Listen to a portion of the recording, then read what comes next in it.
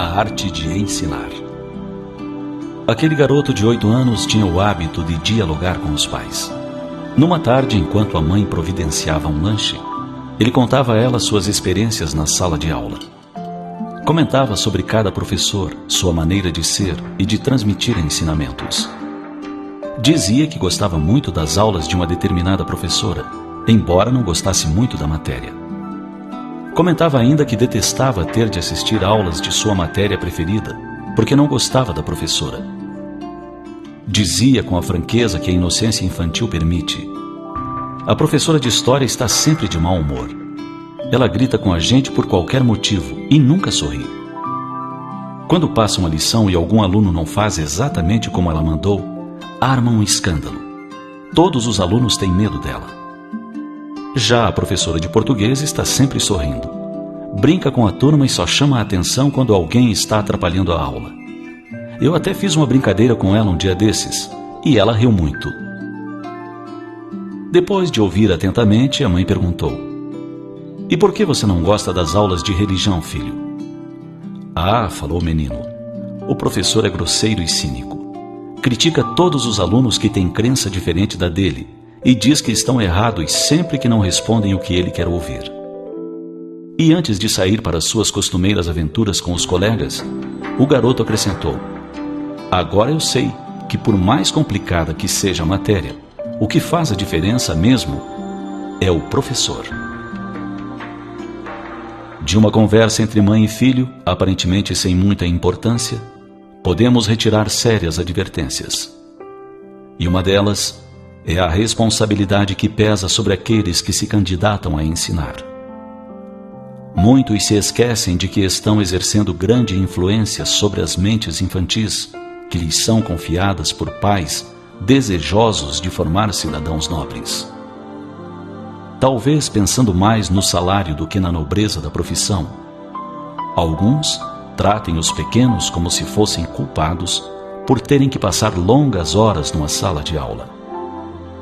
Mais grave ainda é quando se arvoram a dar aulas de religião e agridem as mentes infantis com a pretensão de ser donos da verdade, semeando no coração da criança as sementes do ceticismo. Quem aceita a abençoada missão de ensinar deve especializar-se nesta arte de formar os caracteres dos seus educandos, muito mais do que adestrar-se para passar informações pura e simplesmente. É preciso que os professores tenham consciência de que cada criatura que passa por uma sala de aula levará consigo para sempre as marcas indeléveis de suas lições, sejam elas nobres ou não.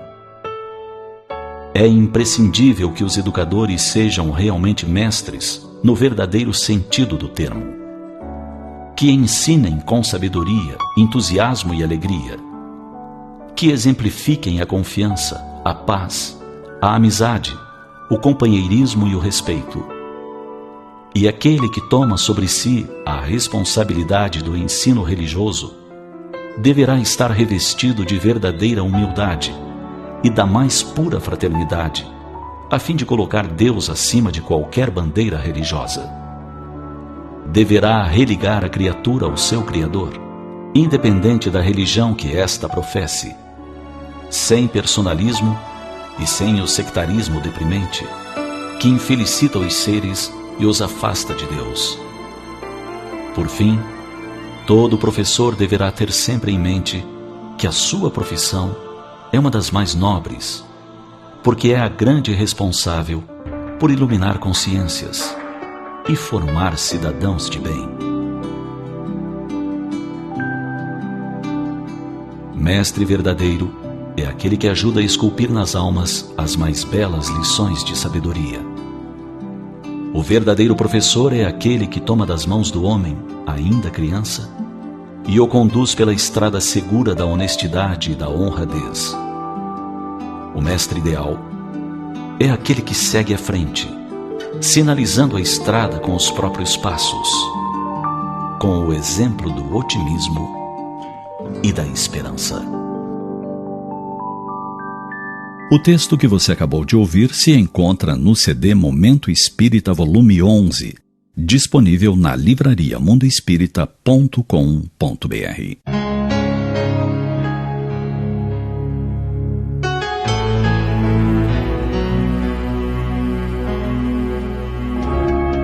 E assim chegamos ao final de mais um Momento Espírita. Hoje, segunda-feira, 29 de novembro de 2021. Sempre num oferecimento da livraria mundoespírita.com.br.